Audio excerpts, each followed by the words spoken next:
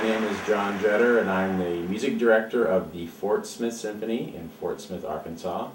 I'm beginning my 15th season with the orchestra. Fort Smith is the second largest city in the state of Arkansas, and the Fort Smith Symphony is the oldest orchestra in the state of Arkansas. It was founded in 1923. It's a fully professional, per-service symphony orchestra. The orchestra gives 6 subscription concerts a year and schools concerts, and we have about 100 musicians in the orchestra. First of all, we start with terrific cooperation with the Arkansas Best Corporation Performing Arts Center, which is the concert hall in Fort Smith, which is a great hall, by the way. The acoustics in there are terrific. And one of the nice things is we have a wonderful arrangement with them to where we have long-term dates scheduled. So we know we have a block of dates that will work for us for a very long time, and that helps us program way in advance. In terms of the orchestra, it's a per-service orchestra, and although it's essentially the same players every year, they're contracted on a yearly basis. And they're contracted over a year in advance for the upcoming seasons.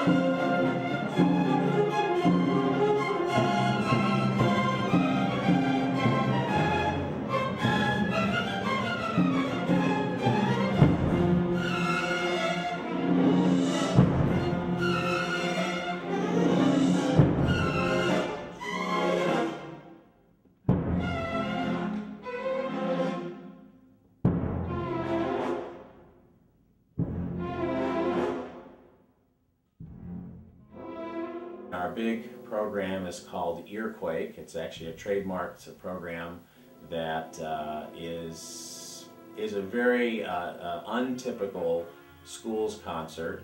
But what makes the Earquake concert so special is we focus primarily on 20th century music. We always include a living composer. We include a very young concerto soloist from the age of like 11 to 16.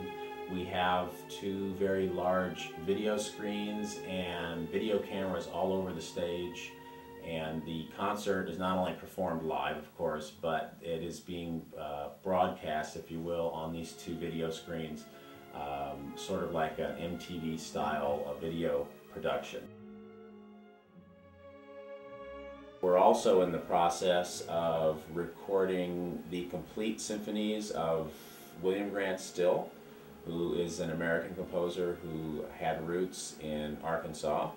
He was the first African-American composer to be recognized as a significant symphonic composer in America. We're recording all 5 symphonies on the Naxos label, which is the largest classical label in the world.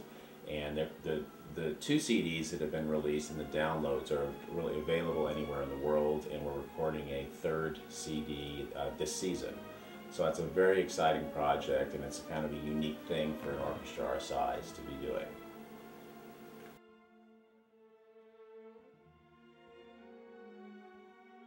What the industry, the orchestra industry, has been talking about doing for years, and kind of the struggles that we hear about with a lot of the orchestras, large and small in the country, we simply aren't seeing that here and haven't. And during the last X number of years, with some various economic challenges that we've had just nationally, internationally, the orchestra's always done really well and has continued on an ascending curve in terms of its artistic product and budget. I think the overall success of the orchestra is due to a lot of factors, but at the end of the day, it's of course what happens on stage. And I think that's really the key element to having a successful orchestra.